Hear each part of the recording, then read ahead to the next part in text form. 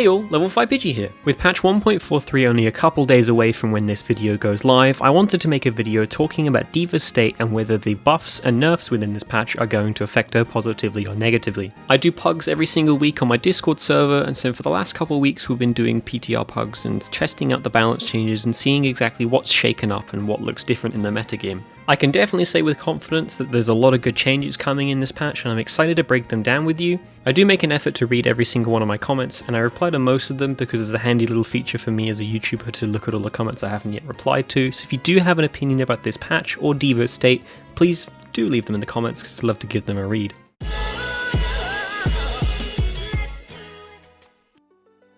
I'm going to structure this video by going through each of the characters' buffs and nerfs individually and discussing how they affect D.Va and whether this will improve her viability or hurt it. Arguably, D.Va's been in her weakest state since like seasons 2 or 3, so I hope by going through each of the characters we can get some positive outcomes within this video. So without further ado, let's start off with some of the tanks.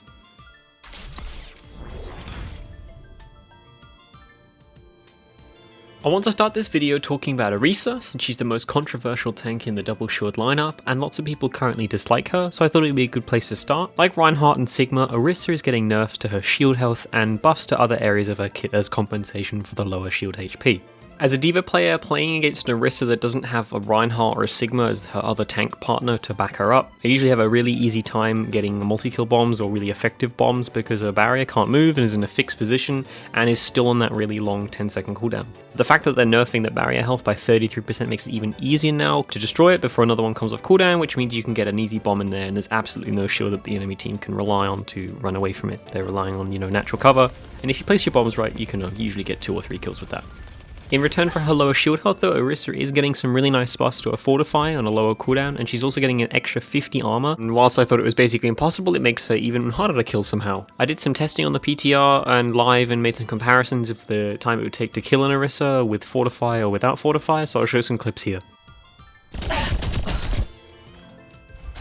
I'm not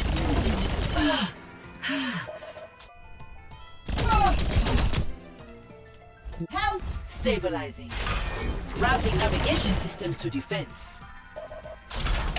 I do acknowledge that using Tracer for those clips isn't perfect because she has some really weird damage breakpoints between armor targets and non-armor targets, but in general, all tanks in this patch are getting a lot more tanky, and this will make a difference in fights, with the tanks having a little bit more survivability, especially with their other abilities getting buffed. This is really good news for D.Va, and I'll have more clips later on in the video showing how D.Va interacts with these new armor changes specifically.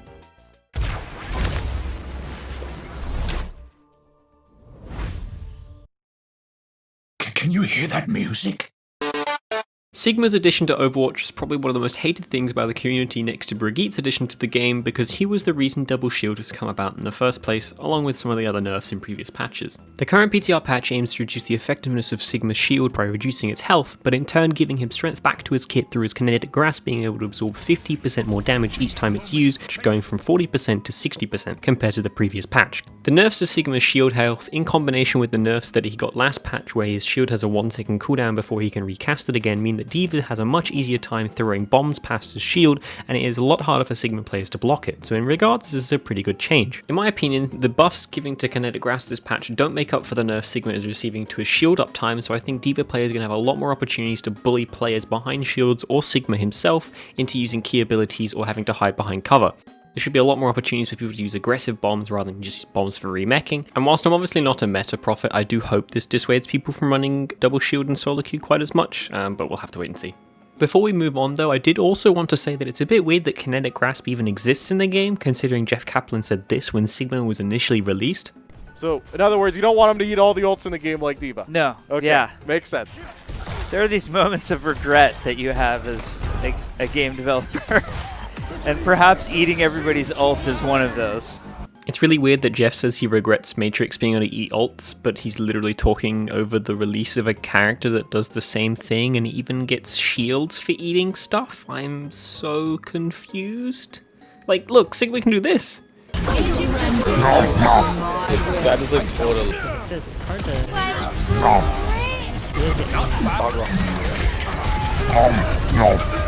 What?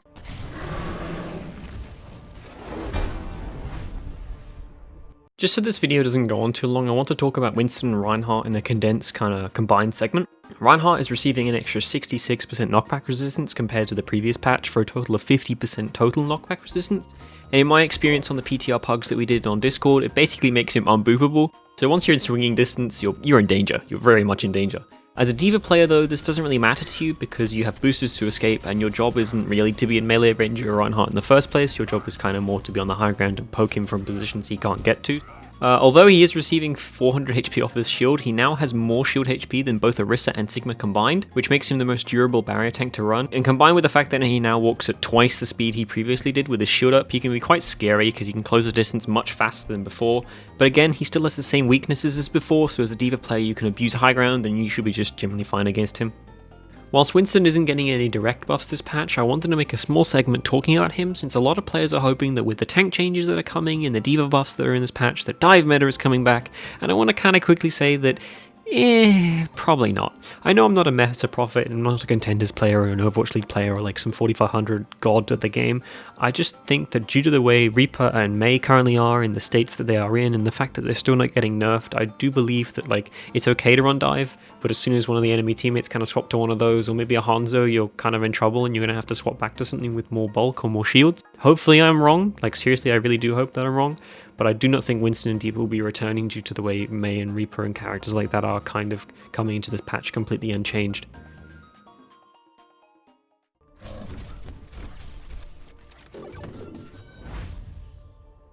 Since we just finished talking about Winston, I think it's appropriate time to talk about his dive partner in crime, D.Va. D.Va is getting a partial revert to the defense matrix cooldown nerf she received a few patches ago towards the end of the GOATS era, which is probably one of the more painful changes Blizzard gave to her, alongside making her defense matrix 10 meters long instead of 15 meters.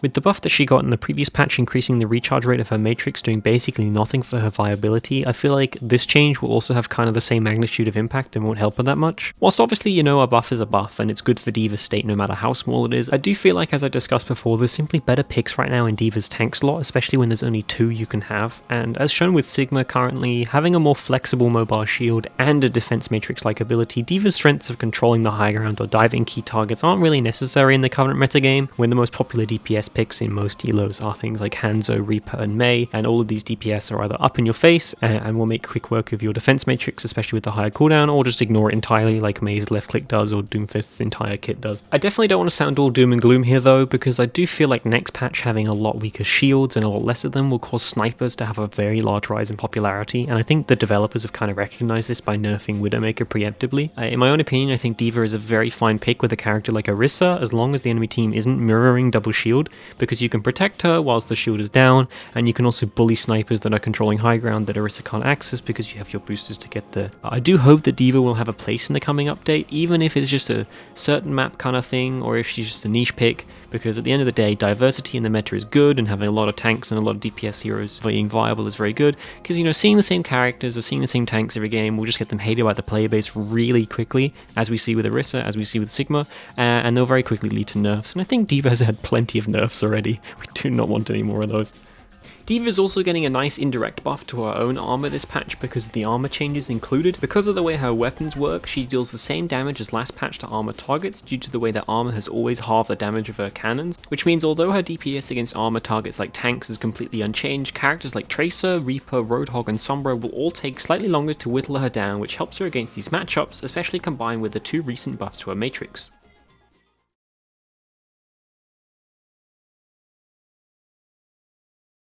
One area of the meta I'm most confident to be shaken up by the changes in this patch is the support lineup. With Moira receiving a sizable nerf to her healing, I feel like the meta support duo will no longer be Moira and Lucio, and hopefully we'll see a little bit more diversity in these two support slots.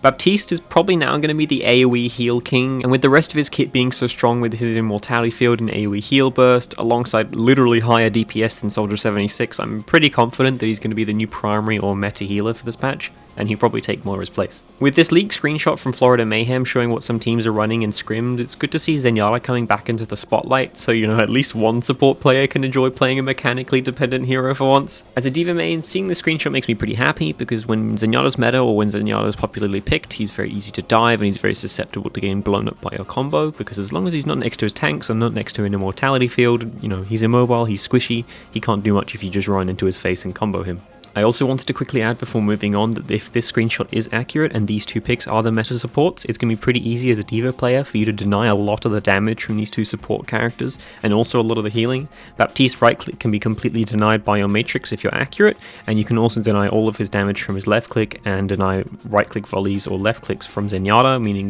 they will charge their ults a lot slower and you can hopefully get your team an ult charge advantage that way. I also wanted to add as a final comment on supports that with snipers probably coming back into prevalency with the predictive nerfs to Widowmaker and the fact that shields are a lot weaker, I think Mercy will have a good place coming in the next meta. If Baptiste is going to be the most meta DPS, he's backed up pretty well by a Mercy, because Mercy can use Immortality Field to get a guaranteed res, and although her healing probably does still need to be buffed in my opinion, Mercy does really well pocketing snipers and giving them a damage boost. Hanzo's Storm Arrows, if boosted by a Mercy, will break a freshly placed Orisa shield, so it means you can spam shields out incredibly quickly with the damage boost, and once the shield is broken you can get some easy picks thanks to Hanzo or Widow's long distance and one-shot capability. All in all, I'm pretty satisfied with what's been discussed in this video so far regarding this patch, but if you feel like I've missed something or want my opinion on a topic, please do leave it in the comments, because I do read them all and I'd like to respond to any of the questions that get given. I know I've been pretty pessimistic about D.Va's state regardless of her buff in this update, but I seriously do believe if you're Diamond or below, it really does not matter what character you play. If you're experienced with D.Va and you play her well and you've done well so far, it's much better to pick her over the meta tanks like Orisa or Sigma, just because they're meta if you have no idea how to play either of them. I want to thank you as a viewer for watching up to this point in the video and for being patient once again with my constant inactivity. I just finished my second year of university, I just got my exam results back and I've done pretty well, so I'm really happy. I've got a couple months to get back into Overwatch and play some other games on stream. Follow me, by the way. I want to end the video off here without droning on too much more, but I want to say best of luck in solo queue, thank you so much for watching and have a wonderful day.